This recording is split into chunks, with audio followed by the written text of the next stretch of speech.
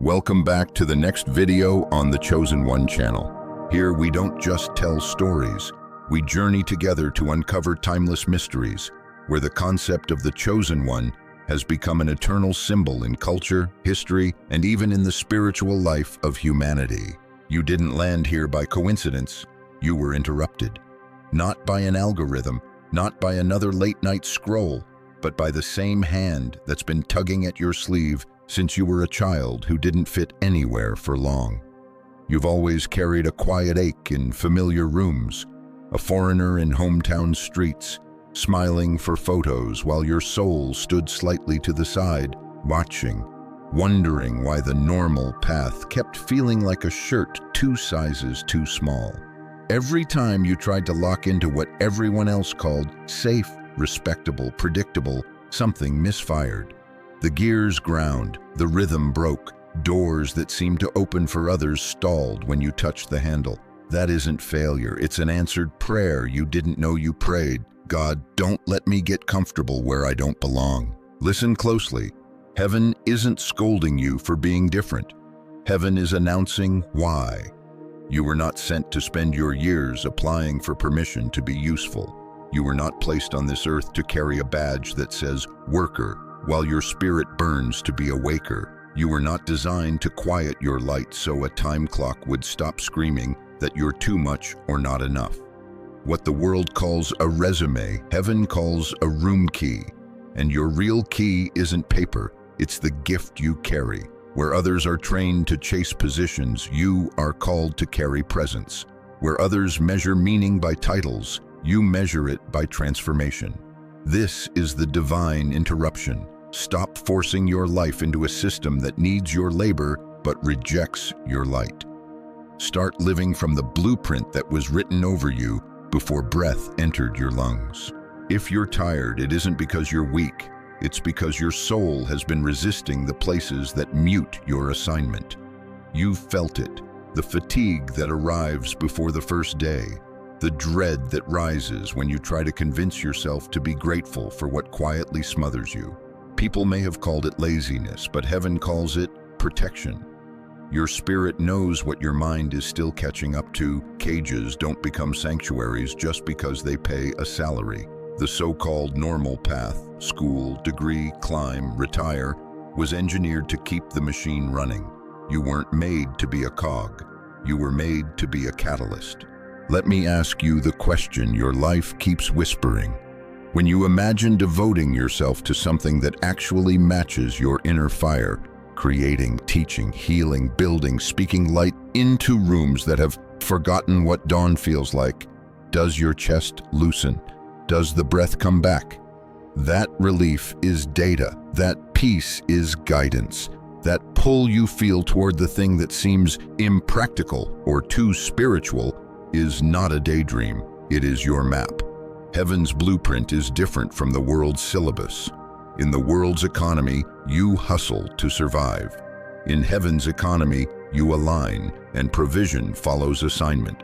Your purpose creates your provision. Your obedience attracts overflow. Your gift opens doors that no application ever could. You are not behind. You are being rerouted.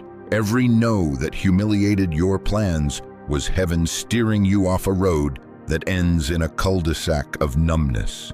Every collapse you called a curse was a release from a contract your soul never signed. Notice the pattern. When you try to blend, the colors drain. When you step toward the thing you're actually made for, even in small ways, life returns to your face. That is how the Spirit says this way. Right now, I want you to picture Jesus beside you, not distant on a stained glass window, but here, close, the way he knelt in Gethsemane when the world's expectations tried to crush destiny. He kneels beside you where you sit with your questions. He doesn't roll his eyes at your confusion. He doesn't shame you for being sensitive. He places a hand over yours and prays, not to make you normal, but to make you true. Father, let them walk the road we wrote together. Guard their gift from small rooms. Lift their eyes above the wage that buys silence. Give them courage to say yes, even if their yes looks foolish to the crowd. You feel that warmth in your chest? That is what agreement feels like. This message is not a motivational sparkler that burns bright and dies. It is a key turned in the lock. You are being summoned out of hiding and smallness. The years of dimming your voice to keep rooms comfortable are over. The season of apologizing for your sensitivity is over. The reflex to call your calling a hobby so people won't judge you, over. You are being invited into spiritual entrepreneurship, prophetic leadership, kingdom creativity, healing assignments that have no language on a corporate chart. That does not mean irresponsibility. It means accuracy. It means you will stop asking, does this impress them? And start asking, does this obey him? It means you will trade strategies born of panic for steps born of prayer. Here is how that begins. Stop scouring job boards for a name tag you can pretend is an identity. Start asking a better question. What expression of my gift could I offer today with what's already in my hands? Maybe it's a message recorded on a phone with a cracked screen. Maybe it's a quiet session with someone who carries the wound you survived. Maybe it's a page you write, a program you design, a painting you bring to life, an intercession you carry at dawn. Start small, but start aligned. The door you've been wrestling is not locked because you're unworthy. It's locked because it's the wrong door. When you put your shoulder against the one heaven assigned you, it will open more easily than your fear believes. Often after you've taken the first obedient step into uncertainty, you'll be misunderstood. That's part of being set apart. People who love you may pull out the ledger of their fears and try to balance your life for you. Bless them and move with God. Clarify what you can, but don't barter your obedience to buy their comfort. You don't owe anyone a performance of busyness to look valuable. In this kingdom, value is measured by light carried, not hours logged. The question is not, how much are you doing? But are you doing what you were sent to do? The grace on your life is strongest where the gift flows most freely. Follow the flow. You've noticed how certain spaces swallow your voice and dull your eyes. Pay attention. The same spirit who rescues you from danger also rescues you from misalignment. That heavy, holy resistance you feel at the threshold of the wrong room is mercy, not sabotage. The friction you feel trying to glue yourself to a life you don't fit is proof that you were meant to shape atmospheres, not surrender to them. Chosen ones don't blend, they bless. They step into dark corners and light spreads without speeches. They stand in places where names are forgotten and remind people who they are just by being who they are. So here is the announcement over you. The time of hiding is over, and the time of playing small is done. This isn't a command to recklessness, it's a call to precision. You are not chasing work the way the world taught you. You are answering assignments that have been waiting on your yes. Your path will not make sense on paper until the paper starts tracking miracles. You will not win by proving yourself to every skeptic. You will win by obeying the one who called you. The measure of your success will be the lives that wake up when your gift walks into the room.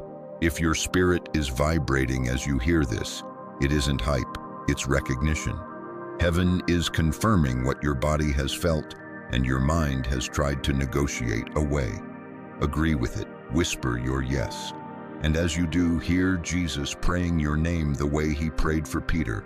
Not that the sifting would never come, but that your faith would not fail, and that after you rise, you would strengthen others. That is your blueprint, purpose that births provision, obedience that attracts overflow, a gift that opens a door no application can touch.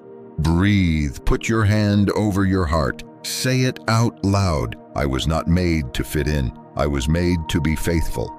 I exchange hustling for alignment. I exchange fear for obedience. I accept my assignment. Now stand up, inside first, then with your feet. The interruption was your invitation. The room you've been seeking is opening from the inside out. Walk forward. You are not lost. You are being led. You've been told since childhood that there's one map worth following. Study hard, get the degree, land the stable job, climb the ladder, collect the pension. The rhythm sounds safe, But every time you tried to march to that drum, your soul fell out of step. While others were motivated by promotions and security, you sat at the desk wondering, is this all there is? That wondering wasn't rebellion, it was revelation. You weren't made for the machine, you were made for the movement. Think of the system like a massive gear turning day and night. Most people plug in easily, their energy becomes fuel, but when a chosen one tries to attach themselves, sparks fly. The gear jams. Everyone else calls it a malfunction, but heaven calls it mercy. Your spirit resists because it knows what endless routine does to the sacred light inside. It dims it until it barely flickers. What looks like dysfunction to the world is actually divine dissonance. You were designed to carry a frequency that doesn't match the hum of the machine. The clash is proof of your difference, not a diagnosis of your weakness. Consider how drained you felt in those jobs that demanded compliance but never called on your true voice. It wasn't entitlement, it wasn't lack of grit, it was your soul sounding the alarm. Don't stay here, your energy is too precious to be spent on goals with no eternal weight. For the chosen, micromanagement feels like shackles. Repetitive targets feel like sandpaper against the spirit. The same fire that makes you restless in shallow waters is the fire God gave you to walk on deeper seas. Some have called you inconsistent because you couldn't stick with what was slowly suffocating you. But inconsistency on the outside often means spiritual resistance on the inside. The refusal of your heart to settle down and behave is heaven protecting you from a smaller life. It's why quitting a job may have felt like both shame and relief. Shame because the world said you failed, relief because your spirit finally exhaled. That relief is confirmation.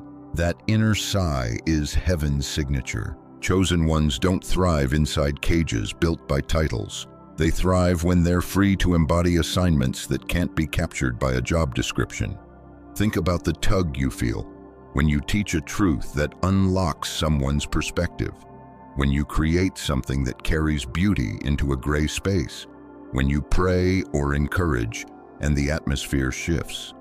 That tug isn't an extracurricular, it's your central work. Spiritual entrepreneurship, prophetic leadership, creative healing, building spaces where God can be encountered in ways no institution prepared for. These aren't side hobbies, they're heaven's answer to a world weary of empty routines. And here is the invitation.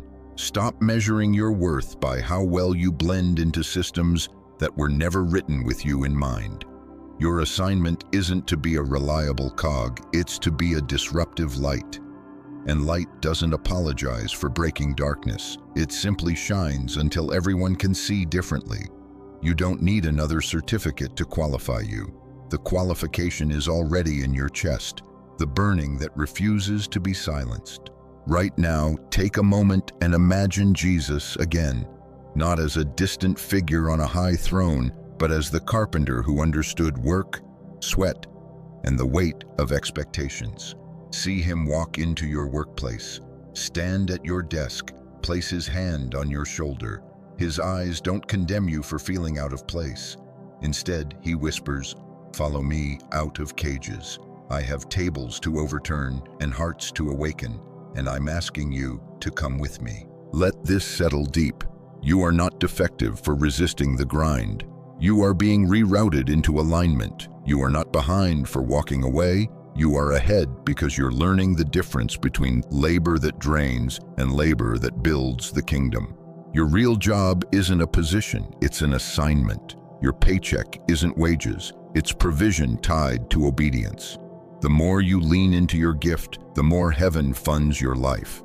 If you feel a tremor in your spirit while reading this, it's because heaven is nudging you closer to freedom. You don't need to leave everything overnight, but you do need to start shifting your posture. Begin seeing your daily life not as earning a living, but as living your assignment. Even if you're still at a job, let your spirit practice alignment. Carve out space to create, to serve, to release your gift. That is how the cage begins to weaken. That is how light seeps through the cracks. So here's the prayer rising right now. Father, give them courage to leave what numbs their gift. Release holy clarity to know the difference between quitting and being called out. Strengthen their hands for spiritual work and lift their eyes to see the blueprint of heaven more clearly than the blueprint of the world. Protect them from shame and give them joy as they step into purpose. Breathe it in. This isn't rebellion against the system, it's obedience to a higher call.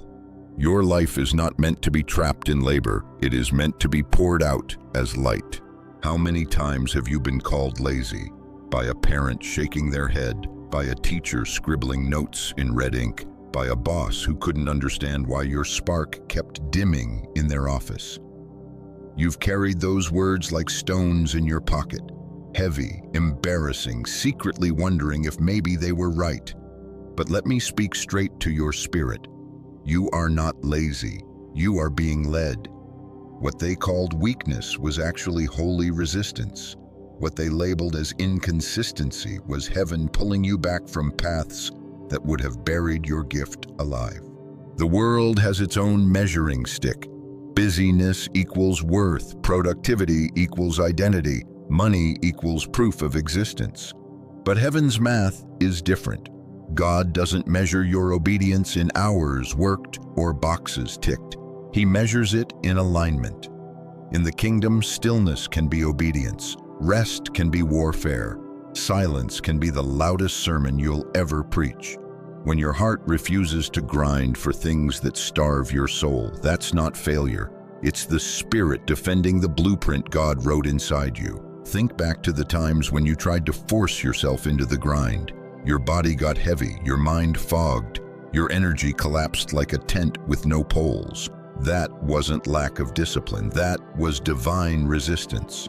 Heaven itself was standing guard, saying, "Not here, not this, not you." If you had succeeded in those paths, you would have succeeded your way into suffocation. The blockages you cursed were the boundaries that saved you. Jesus knows this tension well. He was accused of wasting potential too, leaving carpentry when he could have been practical, wandering through villages instead of building his own empire, choosing fishermen over scholars. From the outside, his choices looked inefficient, but every so-called wasted day was divine precision. The same Spirit that led him into the wilderness is the Spirit now leading you into seasons that don't look productive on paper. And just as Jesus knelt in prayer, unseen by crowds, you are invited into that same posture of unseen alignment. Ask yourself this question: is the heaviness I feel disobedience? Or is it divine resistance? Many times, it's the second. God isn't punishing you by closing doors. He's protecting you from contracts that would bind your spirit.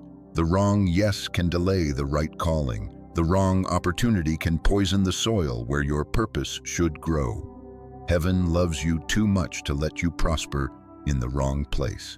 That's why your stillness matters. It isn't wasted time, it's soil. Soil where new clarity grows, where deeper strength is planted, where your identity shifts from proving to trusting. In a world addicted to hustle, stillness looks like failure. But to God, stillness is faith. When you rest instead of forcing, you're declaring, "I believe provision follows purpose, not panic." That is radical obedience in disguise. People will misunderstand you. They'll assume you're lazy, unmotivated, ungrateful. Let them. They don't see what heaven is building in silence. They don't hear the whispers that wake you at night. They don't feel the pressure of an assignment too holy to be rushed. Don't waste your breath explaining divine resistance to those who only understand worldly ambition. Instead, anchor yourself in this truth. Chosen ones are not called to speed. They are called to accuracy. Right now, pause. Place your hand over your chest. Imagine Jesus beside you, his voice steady, his prayer wrapping around your weariness. He says, "You don't have to prove your worth to the world. You are already approved by heaven." What they call lazy, I call led. Take a slow breath. Whisper this affirmation with me: I am not lazy. I am being led. My stillness is sacred, my pace is prophetic, my rest is resistance against misalignment. And as you say it, let the shame that has clung to you like a shadow break off. You are not defective, you are not broken, you are being prepared. The delay is not denial. The resistance is not rejection, it is redirection. God's hand pulling you closer to alignment. So stop trying to run at the world's pace. Walk with heaven's rhythm instead. Move when the Spirit moves. Rest when the Spirit rests. This is not weakness, it is maturity. You're not here to perform exhaustion for applause. You're here to obey. And obedience doesn't always look like motion. Sometimes it looks like waiting for the wind of the Spirit before you set your sails. You are not lazy, you are chosen, you are being led. And the path you're walking, slow, confusing, unconventional as it may seem, is still holy ground. Before you took your first breath, a gift was placed inside of you. Not a random hobby, not a party trick, but a divine tool crafted for your specific assignment. You've felt it pulsing under the surface, haven't you? The ease with which you speak encouragement, the way your hands come alive when you build or create, the quiet authority that rises in you when someone needs guidance. These are not accidents, they are fingerprints of heaven on your life, and they are not optional. Your gift is your assignment. The world trained you to dismiss it. Maybe you were told, that's nice, but it won't pay the bills. Maybe you were warned, be realistic, no one makes a living doing that. So you tucked it away, minimized it, called it a side passion while you labored in places that never matched your soul. But the ache never went away, did it? That's because buried gifts don't die. They press against the walls of your spirit until you either release them or suffocate under their weight. Anxiety, restlessness, even depression. So often these are not random storms, but signals of a misused purpose. Your spirit is saying, this gift was not given to sit in silence. Use me. Think about how natural it feels when you move in your gift. When you sing, write, teach, heal, design, organize, build, pray, or lead in the way that comes easily to you, there's a flow. Time bends, energy multiplies. That ease isn't laziness, it's grace. God wired you to carry this because it's the very thing someone else is waiting for. Your gift is not for your ego, it's for impact. It's meant to awaken, to heal, to bring clarity, to shine light in places where hope has gone dim. And that's exactly why the enemy fought you hardest there. Every season of doubt, every voice of criticism, every silencing moment, it wasn't random. It was warfare aimed at the very thing that carries heaven's power through your life. You've been made to think your gift is too small, too strange, too late, or too impractical. But hear this clearly, there is no expiration date on divine assignment. It doesn't matter if you're 22 or 62, if you failed before, or if you feel unprepared now. God's message remains, use what I gave you. So how do you begin? Start with what's already in your hand. Don't wait for the perfect plan, the polished platform, or the world's approval. Begin small, begin raw, but begin. Write the page no one sees. Record the voice note that only a handful will hear. Pray for the one person who crosses your path today. Teach from your scars, not your theories. Share the wisdom you paid for in tears. That first step is not insignificant. It's ignition. Heaven doesn't demand perfection. Heaven demands obedience. Imagine this now. Jesus standing in front of you, holding out the very tool you once dropped. For some, it's a pen. For others, it's a brush, a melody, a set of hands that carry healing warmth, a voice that pierces through despair, a vision that sees what others miss. He presses it back into your palm, looks you in the eyes, and says, "This is yours. I gave it to you for them. Don't bury it again." And yes, it will feel vulnerable. Using your gift means risking rejection, but it also means stepping into the only place where peace finally meets you. Peace has always been tied to your purpose. That's why nothing else has satisfied. You've been restless, not because you're broken, but because your gift has been calling you home. You don't have to invent yourself. You have to reveal yourself. You don't need to manufacture power. You need to release what was planted before you were born. And when you do, the alignment begins. Provision follows. Opportunities rise. Not because you hustled harder, but because heaven funds its own blueprints. So hear this commissioning clearly. Stop calling your gift extra. Stop labeling it a distraction. It is the main thing. It is your assignment. The time of shrinking is over. The time of apologizing for your fire is done. You are not too late, not too small, not too broken. You are exactly on time, because the moment you pick up your gift is the moment everything shifts. Say it out loud now. My gift is my assignment. I will not bury it again. I will use what God placed in my hand. Let those words plant deep. And tomorrow, when fear whispers excuses, remember, the gift aches to be used. Heaven is waiting for your yes. The world is waiting for your light, and your own peace is waiting on your obedience. Something is shifting in the atmosphere, and you can feel it. The old economy, one built on hustle, scarcity, and exhaustion, has been breaking down for you.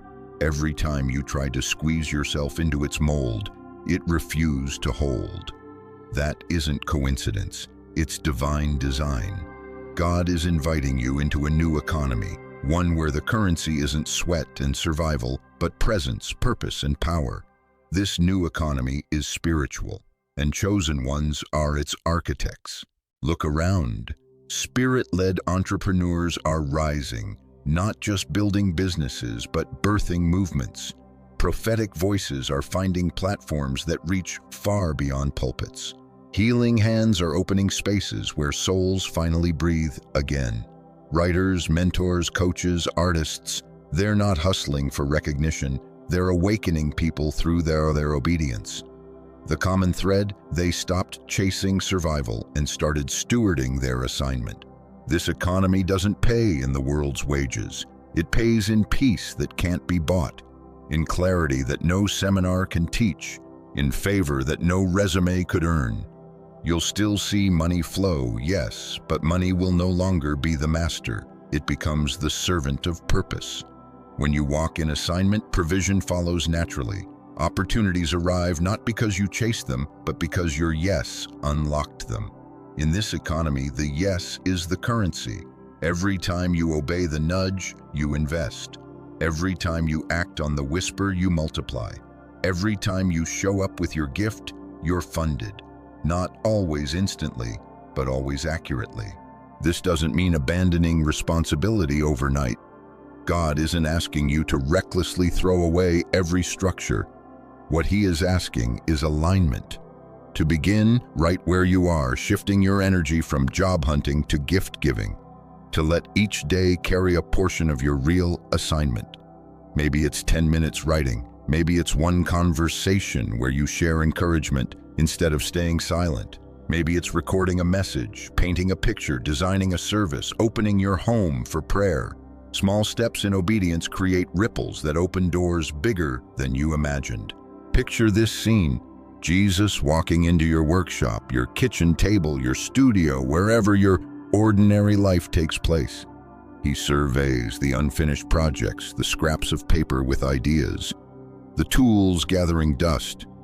Then He looks at you and smiles, not with condemnation, but with approval. He begins to bless each thing your hands have touched.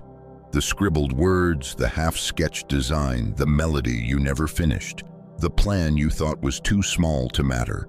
In His presence, what you dismissed as not enough becomes sacred material. The place you called just my little attempt is revealed as the very foundation of your spiritual economy. And here is the mystery. When you offer even the smallest act of obedience, it multiplies. A 5-minute video can heal a stranger across the world. A short prayer can unlock someone's destiny. A simple piece of writing can be the exact word another soul needed to survive the night. You don't need to start big, you need to start aligned. Heaven turns loaves and fish into feasts. Heaven turns mustard seeds into mountains moved. Chosen one, you are not here to fight for scraps in a collapsing system. You are here to distribute spiritual wealth, to carry clarity where confusion reigns, to release healing where wounds run deep, to bring awakening where slumber has dulled hearts. You are not an employee of the machine. You are a messenger of the kingdom. And the sooner you embrace this identity, the sooner you'll see provision meet you in places effort never could. Yes, people may not understand. They'll say you're reckless, unrealistic, irresponsible. Let them. Their approval isn't the currency that funds you. Heaven's yes is. And heaven already said yes. Say this now. My yes is the currency of heaven. I will build what God asks me to build. I will trust His provision, not my panic. I am part of a new economy where purpose funds provision. Let the words settle. Feel the shift. You've been carrying the blueprint all along, and now is the time to lay the first stone. Not later, not when everything is perfect. Now, because this new economy doesn't wait for the crowd. It begins with the chosen, and you are chosen. Provision. That's the word your soul has been circling, isn't it? How will I live? How will I pay the bills? What about my family? Those questions echo late at night, and the world's answer has always been the same. Hustle harder, send more resumes, bend yourself into whatever shape will earn the next paycheck. But heaven's answer is radically different. Provision doesn't follow panic. It follows purpose. This is why so many of your efforts have felt empty. You were trying to finance dreams God never authorized. The closed doors, the stalled opportunities, they weren't punishments. They were protection. Heaven doesn't fund fear. Heaven funds assignments. And once you step into your true calling, even if the path looks fragile, the flow begins. Resources arrive from places you couldn't predict. Support shows up when you least expect it. The currency of heaven doesn't move by formulas, it moves by alignment. Think back. Every time you obeyed a whisper, even in a small way, didn't something shift? Maybe someone affirmed what you released. Maybe an opportunity opened that had nothing to do with your resume. Maybe peace settled in where anxiety used to rule. That wasn't coincidence. That was provision responding to obedience. But let's be real. Walking this way costs something. You may lose the comfort of predictable paychecks. You may be misunderstood by friends or family who equate stability with safety. You may have to walk away from positions that look respectable but drain your spirit. And yet the trade is holy, because in return you gain a supply that never runs out. Peace that holds you in storms, clarity that cuts through confusion, and timely doors that swing open without you having to beg. Understand this, provision often comes in portions. God doesn't always drop everything at once. Sometimes He gives you enough for today so your trust muscles grow. Sometimes He lets the vision stretch you so you learn that faith is not about comfort but about constancy. Do not mistake the portion for lack. What feels like barely enough in your eyes is heaven training you to trust that enough is exactly what it means, enough. Remember the wilderness. Manna came daily, not monthly. The people could not store it up because God wanted them to learn that tomorrow's bread would come tomorrow. The same God still provides in rhythms that build faith. Your calling may not come with an instant flood of resources, but the river is steady once you step into its current. Now hear this truth. You are not irresponsible for leaving cages. You are not reckless for walking into alignment. You are not behind because you aren't hustling like the masses. You are ahead because you are learning the language of provision that doesn't crumble when economies collapse. Your obedience attracts what others chase. Your alignment opens what resumes can't. Picture this, a door in front of you that has no handle, no lock, no application slot. You've been pounding on other doors, sending in papers, trying keys that don't fit. But this one stands still until you whisper yes. And the moment you do, it swings wide, not because you forced it, but because heaven had been waiting for your obedience to unlock it. That door is your provision. That door is your next step. Take your hand, place it over your heart, and declare this aloud. Provision follows my purpose. I will not fear lack. I will trust the source who called me. Every yes I give opens the door prepared for me. Chosen one, don't let the enemy scare you into slavery with questions about survival. Survival is not your destiny. Overflow is. You were never meant to live off wages alone. You were meant to live off assignment. The God who called you is not careless. He is not sending you into battle empty-handed. He equips, he funds, he provides, always. Provision may not look like luxury at first, but it will look like peace. It will look like the right connections. It will look like doors you couldn't have opened yourself, and it will always be enough. Trust it. Step into it. Walk like it's already yours, because in the Spirit, it is. You've been conditioned since childhood to believe a certain story about life. Work hard, stay safe, earn stability, and don't question the rhythm. That story shaped how you measured success and how you judged yourself when you fell out of step. But chosen one, hear me. Before heaven can build the new, it has to dismantle the old. You are in a season of holy unlearning. This is why you've felt restless, even when everything looked fine on paper. It's why the jobs that seemed secure suffocated you, why the paths others praised felt shallow to your spirit. You were never malfunctioning. You were clashing with programming that didn't belong to you. Control, competition, survival, those weren't God's laws. They were the world's. The system needed you efficient but not awakened, useful but not powerful. That's why obedience feels so strange right now. You're shedding instructions written by the world so you can receive the blueprint written by heaven.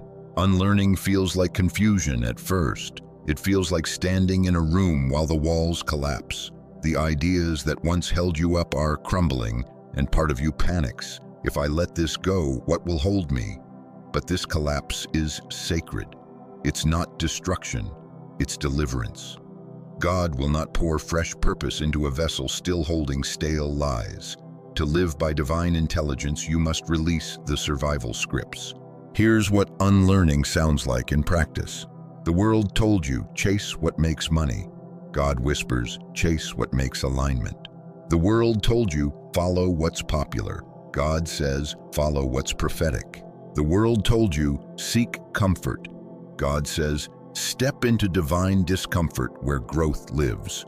Each exchange feels risky because it isn't familiar, but that strangeness is your confirmation. You are moving out of imitation into authenticity. And as you unlearn, something powerful begins to happen. You start noticing patterns you missed before, synchronicities, repeated words, themes that echo across conversations and dreams. These are not coincidences. They are heaven's breadcrumbs guiding you into the new. You'll hear a phrase in prayer that shows up again in a book, that gets confirmed in a friend's words. You'll sense a pull toward an idea, and within days, opportunities tied to it will surface.